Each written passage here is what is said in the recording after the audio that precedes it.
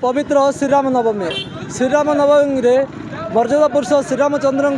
जन्मदिन अवसर में आज गाँव टू सहर समस्त मंदिर रे भक्तों गहली पारलाखेमुंडी विभिन्न मंदिर रे भक्तों गहली रही बेले आम बर्तमान पहुँचु पारलाखेमुंडी पौर परिषद निकट में थी श्रीराम मंदिर ठारे आम सीधा सड़क आलोचना करिया भक्त अच्छा आगे आपण परिचय रामगोपाल गौड़ पारलाखेमुंडी केतबेले आसिले केते गहली आम गोटे घंटे पूर्व आसलु जो दर्शन पूरा पाइलु कौन कहबा श्रीराम नवमी रे श्रीराम भगवान दर्शन पाइले से भाग्यर कथा आमर पिला कुटुंब समस्त समस्त भल थी आमर आशा माँ माँ तम ना कौन जमुना गौड़ भगवान दर्शन कले हाँ कलिबा केते गहली होइछि ना अल्प गहली दर्शन भल मिलला भगवान को मनस्कामना जनाइली अच्छा आम माँ को आलोचना करुले मुझे दृश्य आपन को देखाइबी ये हूँ मंदिर दृश्य देखुवे ये दीप जला जे निज निजर मनस्कामना रही निज निजर मनस्कामना मुझे दृश्य आपन को देखाबी मंदिर जो दृश्य रही भक्त बहु गहली रही आज पवित्र श्रीराम नवमी होता बेले पारलाखेमुंडी जदि कहवा बजार छक एवं पौर परिषद एवं जगन्नाथ मंदिर ठारे बहु भक्तों समागम रही आउ कि आम आलोचना करवा मो ना जयश्री साहू आम सपरिवार संगे आसिलु श्रीराम नवमी पूजा दर्शन करने रामंकर तो बहुत भल लगे बहुत बड़ा लाइन थिला लाइन रे जगी दर्शन करलु जस्ट एबे खुशी लगुच मनस्कामना पूर्ण हो जहाँ आम भगवान पाखे प्रार्थना करके आसचु एबे घर को जाऊँ हाँ बहुत गहली थिला गोटे घंटाटी पर्यटन लाइन रे जगिया पड़ला श्रीराम नवमी पवित्र रामंकर जन्मदिवस तो घंटाटी पर्यटन लाइन रे जगिया पड़ला बहुत गहली थिबा जोगु एबे दर्शन सरला सपरिवार संगे आसिकी भगवान पाखे प्रार्थना करके मनस्कामना पूर्ण हो बोली प्रार्थना करके एबे फेरुचु हाँ बहुत खुशी लगुच बहुत खुशी लगुच जेहेतु भल दिन आज जेहेतु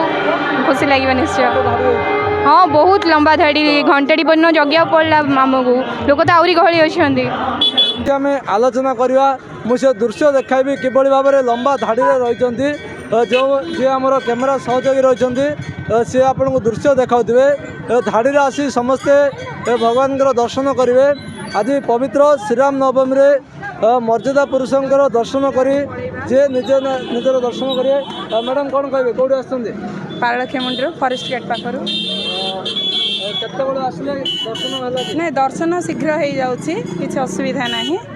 आसिलु तो 15 मिनट भीतर दर्शन हो गला पूजा भी हो गला गहली थिले भी असुविधा किसी नहीं